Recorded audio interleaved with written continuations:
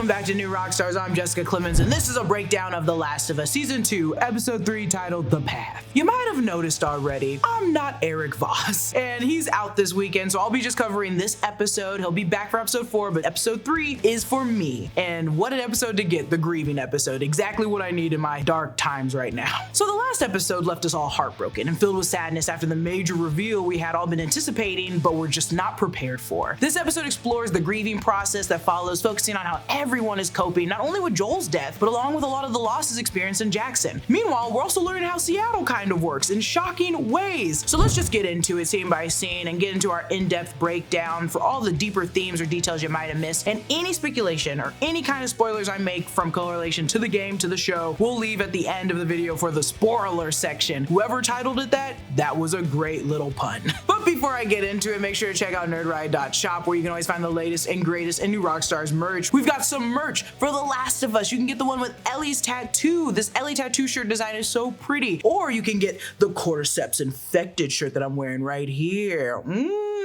Also, I just realized you're probably wondering, Jessica, why are you wearing a white wig? Don't worry about it. I'm cosplaying later. Now let's get into it. The title of the episode is actually the same as the song The Path, A New Beginning, which plays at the end of the first game. Similar to how Joel took an unexpected path at the end of the first season, which caused a new beginning in his and Ellie's lives, Ellie also makes a big decision here, choosing to venture to Seattle instead of grieving and moving on. This will be her path to her new beginning. This episode opens on the night of the attack on New Year's Day, so Joel's been dead for a few hours now, but by the looks of it, it looks like the Jackson people had won. The charred remains of the infected, their bodies are still sizzling. It all looks like actual hell and has a similar look and kind of tone to Season 8, Episode 3 of Game of Thrones, The Long Night, where we did see, unfortunately, Bella Ramsey's character die. From there, the first thing we see from Joel is his broken watch from Sarah that's been broken since the day she died. If you look closely, you can see there's a little blood on it, and the camera focuses on the white numbers and fractured glass, the slight blood rimming the silver, symbolizing his loss of time. A Jackson resident is cleaning the body, and it all feels like a fever dream, especially with the eerie orange hue hanging over the scene. It feels like a makeshift morgue, but it could also be due to the flames still outside. None of this was shown to us in the game after Joel was sent to heaven. The scene jumped to one where Ellie and Tommy are discussing hunting the people back down that were responsible for this. Tommy enters, and this person immediately leaves because she knows what he's here for. There are no words even exchanged. We see enough glimpses of Joel's lifeless body to make us even break. It's the pieces they decided to give us, his watch, his overworked, dirt-riddled fingers. It's our Joel. Tommy sees the immense damage done to Joel's head. Then Tommy takes a look at Joel's watch and says, "Give Sarah my love." Ah, God. There's just something so disheartening about this scene because Tommy was there the night that Sarah died. He loved Sarah too. And now everyone in his life, before all of this had gone to hell, they're all gone. This episode does a great job forcing grief out of these actors, which I assume is due to the fact it's directed by Peter Hoare, who also previously directed Season 1, Episode 3, titled Long, Long Time, which is, yes, the Frank and Bill episode. So yeah, this director just loves making us feel horrible. We can see in the makeshift morgue there are multiple bodies showing just how many people died on New Year's Day, something that will be emphasized again later at the town council meeting, but Joel is the only one killed by other people. There's chaos at this hospital and the power's out, so they're using headlamps, whatever they got, to use to light the floors and everything around them. Beyond all the citizens frantically working, we see Ellie with a tube in her chest. I think this kind of confirms that her lung collapsed after being kicked by Manny in the last episode after Joel was killed. They ask Ellie if she wants something for her pain, and she never responds, but when she fully regains consciousness, she remembers exactly what happened in the lodge, and she starts letting out this gut-wrenching wail that is genuinely so heartbreaking. I hated watching this scene. Unlike the shot we got in the last episode framing the final blow, this one is from Ellie's perspective. The room was bathed in this snow-filled cloudy light. Now the room is a little bit brightened, and we're looking through Ellie's eyes. And our girl, she's got trauma. Oh, God, I hate it. The title sequence is the same, except for the very end, where once we had two cordyceps stalks rising representing Joel and Ellie, now we only have one, the shorter one that represents Ellie. She's alone now, though not really, as we'll see later in the episode. She's got loved ones with her. 3 months later, they're still working to repair all the damage from that one battle, and it's an interesting choice to skip over those 3 months, which would have been like the hardest grieving wise for Ellie and Tommy, but thank God it's spring now. In the game, right after Joel's death, it's still winter until they hit Seattle, but I'm sure they started the time jump early just so they didn't have to shoot in snow the entire time. Jesse and Tommy are working on building a foundation, and in this great bit of scene work without dialogue, Jesse steps in to finish some labor Tommy was doing after he needs a break. break. And we'll later learn that Jesse is now on the town council, I assume replacing Joel, so he's really becoming a big member of the community. Then we see Ellie, and her hair is longer now, and she's been in a hospital since Joel's death over the past 3 months. Dina has asthma and recognizes this scene immediately. She does a yearly PFT, and this is the pulmonary function test. It basically measures your lung capacity, so I guess Ellie's lung was still mending and now is fully back to capacity, it seems. I looked up how long it would take normally to heal a punctured lung, and it can take 6 to 8 weeks, depending on the severity of the damage and our resources to mend it, of course. Though with Ellie's also added trauma, I'm sure staying at the hospital was to help more than just the damaged lung. Ellie has to chat with Gail before she's allowed to leave the hospital, and it's probably a good idea considering what Ellie's been through her entire life and her aggressive nature. They need to make sure she's okay mentally before letting her loose on the town. Ellie tries to pass Gail's test as fast as she can, but Gail can see that she's hiding things. She won't even finish the sentence saying he died in reference to Joel. Gail asks about the New Year's Eve event and the public spat that Ellie and Joel got into. Gail asks if this was the last time she spoke to him, and Ellie takes a second to think about it and then mentions she saw him on the porch when she got home and says this: I should have talked to him,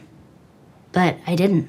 Do you regret that? Yeah, of course. But your final moment with someone doesn't define your whole time with them. If they're not diverging from the games, they actually did have a conversation on that porch that we haven't seen yet, and we'll save that conversation for the end of this video, our spoilers section. Gail next mentions her last conversation with Joel where he said he wronged Ellie in some way, but he also said that he saved her. Two ideas that don't seem to make sense together, but we as the viewers know what he's really referring to. Ellie leans in closer and the camera zooms in on her face. She's really paying attention here, trying to parse what Joel said exactly to Gail. She then gives the worst poker face ever and says this: It's weird. No idea what he meant.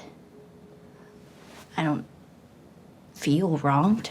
As she goes on to say what she thinks Gail wants her to say in therapy terms, she then finishes saying, I guess I'll have to let myself off the hook for that. Ellie knows exactly what Joel was talking about, but she doesn't want to say or confirm more than what Joel told Gail to help keep many of the secrets that she and Joel shared. I think the scene is also written to give Ellie some closure. Now that Joel's gone, it feels like Ellie will also learn and see more about Joel that she didn't recognize or understand before, whether it's from Gail, Dina, or Tommy. We'll see the lasting influence and memories he left behind, and this one is about how he felt the night he saved Ellie from the Fireflies. Ellie is cleared to leave the hospital and finally returns home after 3 months, and the song playing here is Unbroken and is a song straight from the video games. She's then outside Joel's house, and we make this trek in the game through the snow with Dina. There's a makeshift memorial for Joel, and you can see the real positive impact he had on the Jackson people. This hand-drawn card of a field of flowers almost reminds me of the graveyard we're gonna see him later at. Ellie has this moment of silence before she enters the house because our girl with her trauma is really storming the beaches of Normandy right now. She has to build the courage to enter Joel's house. Because Dina was there with her in the games, I don't think it shows her weakness, but it definitely shows the strength in our TV Ellie having to suffer in silence alone through Joel's memories. The house is still quiet as she slowly walks around it, dreading approaching Joel's bedroom. She peeks into her old room first before she moved into the garage, and there's a poster of Etta James there. There's also a poster of the solar system and an astronaut playing a guitar, combining Ellie's love for space and music. A painting of the open plains with storm rolling in, and this entire house is filled with this like landscape art, just kind of like it was in the games. A little green toy soldier's on her shelf as well, which must seem like a weird toy to someone born in this post-outbreak world. There's a wooden horse statue on the desk because Ellie is a horse girl, if you can't remember Shimmer. You can also see more horse stuff throughout the home. Given the wood carving tools we see in Joel's room later, I'm sure he made all of this for her. Above the bed, there's a Nirvana smiley face poster, some more of her drawings, including some moth drawings similar to the one of her guitar neck, and as you can see in her room in the video games. The bed frame is empty because Ellie had moved into the garage out back recently, and like any good teen living in their own space, who needs a bed frame? That's a weird thing to have. Ellie looks at Joel's unfinished projects on his workbench, a carved wooden owl that was almost done and a wooden duck. He also has a boombox there so he can listen to music while he works. And Joel's room in the video game also had a wood carving bench, and on it was a bucking bronco statue similar to the painting on the wall. Ellie makes it to Joel's room, and on his bed is a single red box. Inside are his watch, revolver, and clothes, maybe a handkerchief. In the game, it looked like a pair of bloody pants, and I assumed it was the bloody belongings that he had that was taken off of him after he died. But here it looks like a piece of fabric, but it's probably a momentous piece of fabric. As Ellie sees herself out, the beam of sunlight strikes Joel's jacket. Yes, the huckberry jacket that he wore and loved oh so much. And if you want your own version of Joel's jacket to sob into at your house, you can grab one from our friends at Huckberry via the link in the comments below. I'm also wearing it right now. And yes, I did sob into it earlier before I shot. That's when Ellie is rudely interrupted from crying into the sleeves. Dina calls her downstairs, and like we've mentioned before in the breakdowns, Dina and Tommy swap some places from what we saw from them in the games. Where a lot of Dina's moments in the game were played out by Tommy and vice versa, they kind of like swapped it here in the show. This scene is a bit of both. Dina did have a sit down in Joel's house with Ellie in the games, but the topic of this conversation was handled by Tommy. Even bringing her a small meal or treats was done by Tommy. Dina reveals she knows most of Abby and Co's names, where they're going, and who they work for. Ellie tells Dina, "You cost us time, you let them get away," and I'd be making the exact same face Dina is making right now, because let's not act like I was in any position to take on those wild animals. Please, Ellie, get a hold of yourself. You're acting crazy. Dina brings up another aspect we don't really get to see. Because of the attack on Jackson, it wasn't just Joel who died that day. Yes, arguably, a lot of people died that day. Were the other people murdered? No, not like Joel, but I understand where she's coming from. Dina's smart to immediately deduce it's easier to track someone once they're already where they need to be, and so in a heartbroken way, she had to harbor all this secretive information and wait for Ellie to just be ready for it. Dina names Manny, Owen, Nora, and Abby and their W.L.F logo. Also, the way she draws this logo immediately, do you think she was practicing the logo over the 3 months, maybe so she doesn't forget it? I don't know, it's just done pretty well and pretty quickly. Eugene had told Dina a story about his time as a Firefly. There were small regional groups on the West Coast that tried to fight Fedra, and how stupid it was that they never tried to join forces. There were a lot of groups on the West Coast, including the W.L.F, the Seraphites, which we'll get into later, the Rattlers in Santa Barbara. However, we're focusing on the W.L.F and the Seraphites for now. Dina and Ellie assume the W.L.F are small and baby. Do they have a rude awakening ahead of them? Now talking with Tommy, Dina and Ellie are trying to get Tommy in on the plan and get enough people to enact some revenge, or justice as Ellie calls it. Tommy tells them they need to take this to Maria and she'll want to present it to the council, which is a new approach diverging from the games. In the games, Tommy kind of just dipped out, leaving a note behind. It does not look like we're getting that anymore. Tommy also reminds Ellie that he's known Joel a lot longer than she has, and his death means a lot to him too. Something Dina also reminded her of. Joel's death affected a lot of people, and it's not just Ellie and Joel's relationship that matters anymore since season 1. Tommy says he'll be back with Ellie at the council meeting and warns Dina that if she holds out information on him again, she'll get rendering detail for a month. And Dina makes this face because that is an awful job. It's basically boiling all the animal parts that you're not eating to separate it from the useful fats and proteins that would otherwise go to waste. It's a really, really stinky, smelly job, but someone's gotta do it. Also, not to be that person, but Dina is wearing a lovely Aviator Nation jacket here, and the company was founded in 2006, so a little out of place in this timeline, but it looks great nonetheless, so we'll let it slide. We love jackets on this show. The older I get, the less I drink, and when I was in college, a few drinks a night didn't make any difference on how I felt the next morning, but now, even just one glass of wine can leave me feeling like garbage the next day. Most nights I don't mind not drinking, but for those nights when I'd like to enjoy a cocktail or try a new beer, I don't want to have to sacrifice the following morning. Pre-alcohol from Z-Biotics lets me enjoy a drink without worrying about the morning after. Z-Biotics pre-alcohol probiotic, the world's first genetically engineered probiotic. It was invented by PhD scientists to tackle rough mornings after drinking. Here's how it works. When you drink alcohol, it gets converted into toxic byproduct in the gut. It's this byproduct, not dehydration, that's to blame for your rough next day. Pre-alcohol produces an enzyme to break this byproduct down. Just remember to make pre-alcohol your first drink of the night, drink responsibly, and you'll feel your best tomorrow. To get some pre-alcohol of your own, just click the link in the description below to get 15% off your first order at checkout, plus free shipping. Z-Biotics offers a 100% money-back guarantee. If you're not satisfied for any reason, they'll refund your money, no questions asked. Tommy tells Ellie that those who died are buried 10 miles south of town, which is really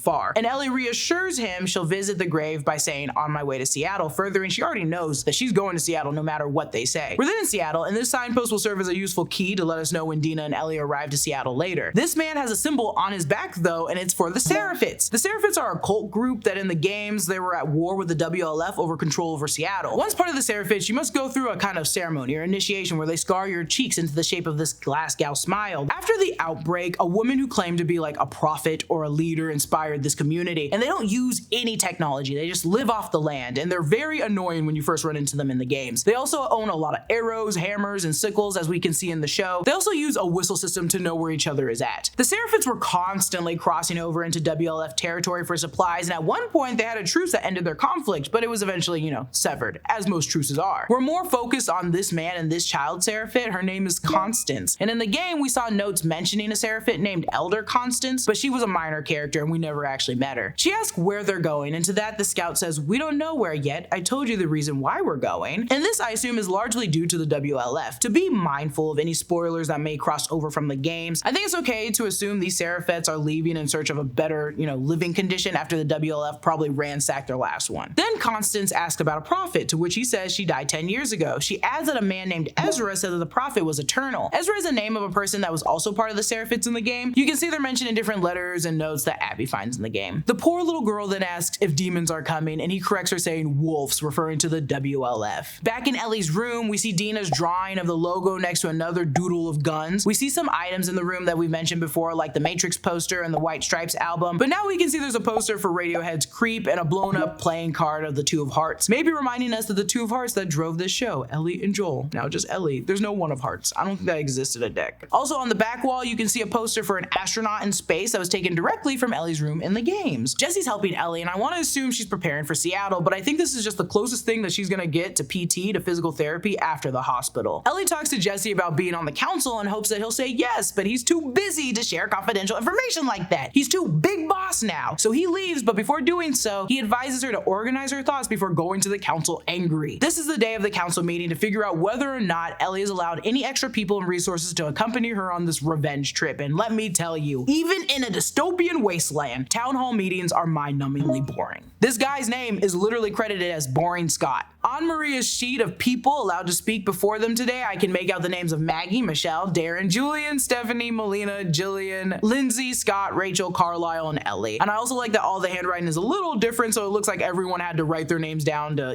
volunteer to speak. Also, Scott's rant about corn is important. Listen to the man. Or don't. In the middle of Carlisle making his point, we see Seth stand 10 toes down on his business. Now, if this were me and this was pre-apocalypse, I'd say, Seth, sit your old ass down. But this problematic homophobic steak sandwich making man spoke on Ellie's side. Have I forgiven him? Absolutely not. After that sandwich, we don't really see Seth again in the games, and I don't know why he's needed anymore here. But I might also, just be jaded over the earlier grievance of him, being homophobic. We don't have time to be homophobic when there's literally cordyceps running amok. Still, I recognize that if he is a guard and a cook, it makes sense why he's the one willing to give Ellie the resources instead of Maria like in the games, so it doesn't fully diverge. In the game, Maria lets Ellie leave to follow Tommy and has these things set up for her. However, in the show, it makes sense that Tommy didn't go first, and it makes sense that Seth's the one that's able to give her most of the resources. So unfortunately, there are 8 no's and 3 yeses, and the girl reading them is really good at keeping track. While watching this episode, I was like, all I know is that's more no's than yeses. We're left assuming Maria, Tommy, and Jesse all said yes, but it's easy to believe that Jesse, maybe as big boss man he is, saw the lack of resources and was like, Ellie, this isn't it. Gail is now drinking her sorrows away at a little t-ball game in the outfield. She and Tommy discuss Ellie doing something stupid, aka sneaking out and heading to Seattle. Gail alludes to the fact that there's only one person that Ellie probably told the truth to, and like Ellie, she couldn't say he's dead when talking about Joel in this conversation. Maybe it's because Tommy's still grieving, or maybe it's just because everyone's still sad. Ellie is settling in with her new revolver, Joel's old revolver, and I like that the table that she's working on is basically just a workbench that you can find to mod your guns in the game. Behind Ellie on the wall, there's another poster straight from her room in the video games. It's for the fictional band called Thoughts 20. When Dina brings out the map to charter their journey, she tells Ellie that they gotta make it to the Snoqualmie Pass, and she goes, Snoqualmie, and baby, you're in my neck of the woods now. Who would have thought something so specific to my 22 years of living would come in handy now when pronouncing every city in Washington state? You wanna talk about Tukwila? You wanna talk about Snoqualmie? You wanna talk about any of these places? I got you. Dina immediately tracks Joel's pistol, again reinforcing how close she was with Joel. Dina knows that Ellie plans to kill Abby with it for some poetic justice. Ellie then tucks Joel's pistol in the back of her pants, and Dina says this. Really? Shoot your damn ass off? Ellie's heard this before because Joel told her the same thing in season 1 when teaching her how to shoot. You put it in your pack. You shoot your damn ass off.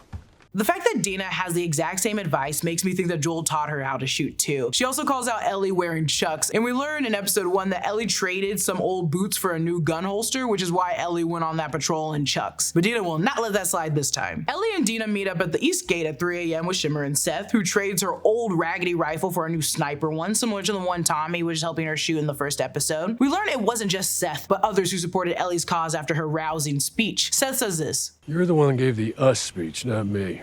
Ellie unknowingly was uniting like minds in the community, even though she really only wrote that speech just to be able to get a posse out of town to get her revenge. I don't know if she really thought about how her words would resonate, but they did. Seth says he'd come with them, but he caught some friendly fire on New Year's Day, which makes sense. People were shooting all over the place. Ellie quips, "You sure it was friendly?" which Dina balks at, and Ellie will truly never really forgive Seth. After shaking Seth's hand, the two girls ride off on Shimmer into the night onto vengeance. A little later, they make their way to those fallen in Joel's grave like she promised Tommy. She lays coffee beans at his grave, which is honestly Joel's favorite beverage, but we'll also get into the scene a little bit more in the spoiler section at the end of the video. But we'll add, it would be hard as hell to get coffee beans now, and he traded something valuable to get these coffee beans in the games. But in the show, Ellie thought it was kind of gross. Oh, what the f is that?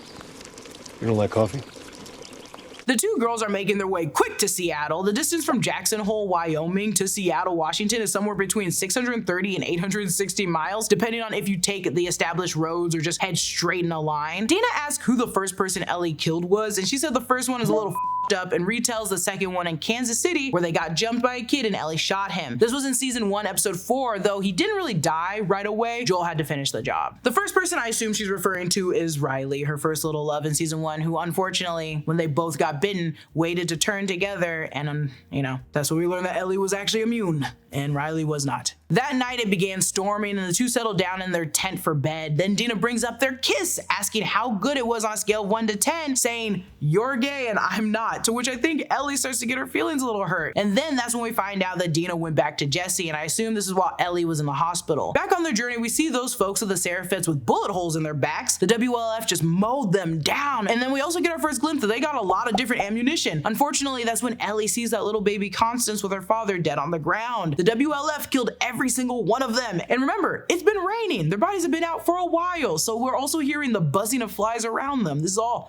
up. They finally make it outside of Seattle, and baby, that's me. That's my home. You can see the Space Needle to the far left. Dina remarks that nobody is shooting at them, so they guess there aren't many wolves here. But we, as the audience, are about to be shown just how wrong they are about that. Inside, we see just how much of the W.L.F there are. Manny watches from the Space Needle to ensure the parameters are clear before they move into position. And I love that you can see how much the water has flooded the roads in the cities. Then we see the military tanks, vehicles, guns, weapons, and people. There are way too many of them. The Seraphites better get to stepping because Ellie and Dina ain't gonna be able to do shit there. Okay, and now this is the point of the video, the ending, where we get into the spoiler section. So if you don't want spoilers or spoilers, turn away now. But if you don't mind talking about spoilers, let's get into it a little bit. Earlier in the episode, we see how Ellie and Gail are dancing around the conversation Joel and Ellie had on the porch that night. In the games, this is where Ellie and Joel talk about the night that Joel saved Ellie and how she was supposed to die. In the games, we get a flashback where Ellie steals a horse and goes to Salt Lake. After finding a recorder that details information about her and Joel,